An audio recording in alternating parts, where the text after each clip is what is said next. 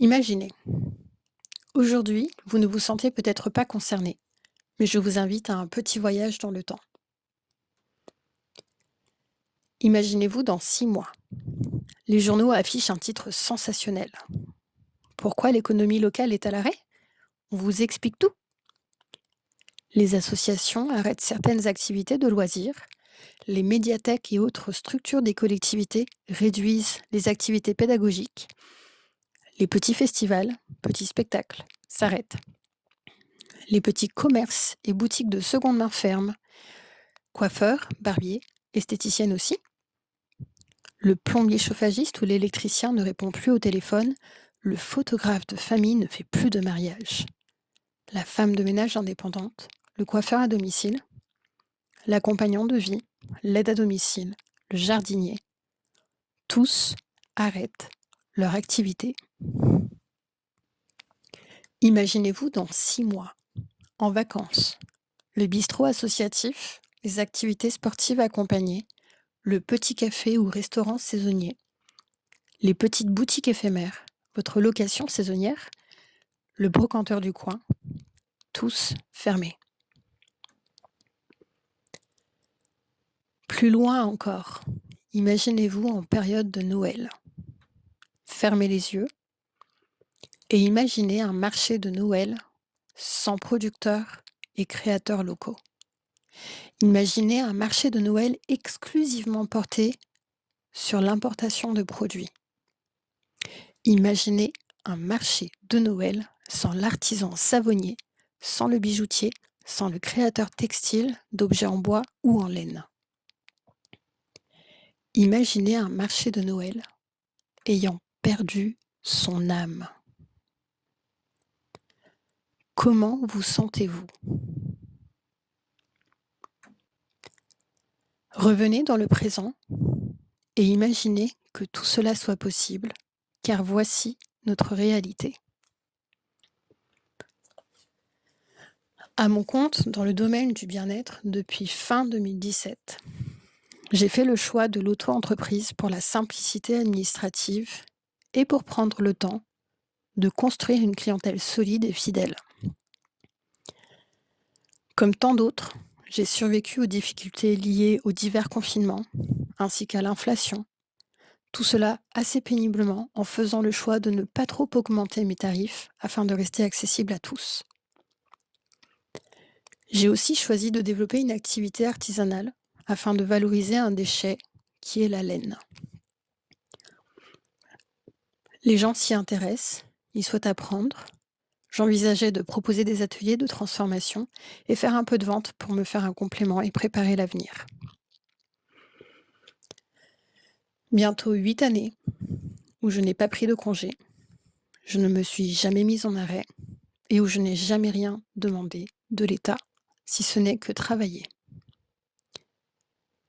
8 années où je constate que les gens, ne pouvant plus se le permettre, font des choix compréhensibles d'arrêter de consommer tel service ou tel bien parce que le contexte économique touche tout le monde.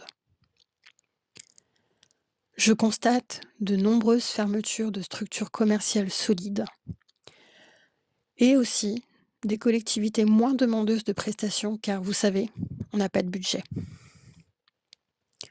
J'entends aussi sur les marchés de Noël ou autres que les créateurs sont trop chers, sans comprendre la réalité de l'artisanat et sans comprendre que ce n'est pas une marque de discount. L'année dernière, j'ai enfin timidement dépassé le seuil des 25 000 € de chiffre d'affaires et je vais devoir facturer la TVA de 20% à mes clients cette année, alors que celle-ci est déjà entamée et parfois payée. Aujourd'hui, l'État souhaite imposer la TVA aux auto-entrepreneurs et micro-entreprises des 25 000 € de chiffre d'affaires avec des excuses les plus bidons les unes que les autres et surtout sans étude d'impact. Si vous n'êtes pas familier avec le chiffre d'affaires, voici quelques chiffres. 25 000 € par an brut et quand on arrive à les faire, c'est 26% de cotisation sociale pour les prestations de services, soit 1 541 € net par mois. et 13% pour la vente, soit 1 812 € net par mois. Ce montant ne comprend pas les frais de fonctionnement et d'investissement matériel, c'est uniquement ce qui est reversé à l'État. Ajoutez à cela les investissements, les frais de fonctionnement fonctionnels, c'est-à-dire site internet, communication, mais aussi mutuelle, assurance, location, et j'en passe. Tout ceci part à l'État. 26%, 13% selon votre statut. Si vous avez encore du mal à visualiser ce que ça veut dire pour nous, voici une image. Vous êtes employé, le patron vous paye chaque mois et comme ça, a décidé de vous taxer 20% chaque mois parce qu'il vous laisse l'opportunité de travailler. On nous bassine tous les jours à la télé, à la radio, pour consommer local. Et pourtant, il est choisi de tuer un tissu économique local. Alors voilà, imaginez-vous dans 6 mois sans les services mentionnés, sans les produits artisanaux. Imaginez ne plus avoir le choix de votre consommation de services ou de produits artisanaux. Les marchés locaux auront perdu leur âme.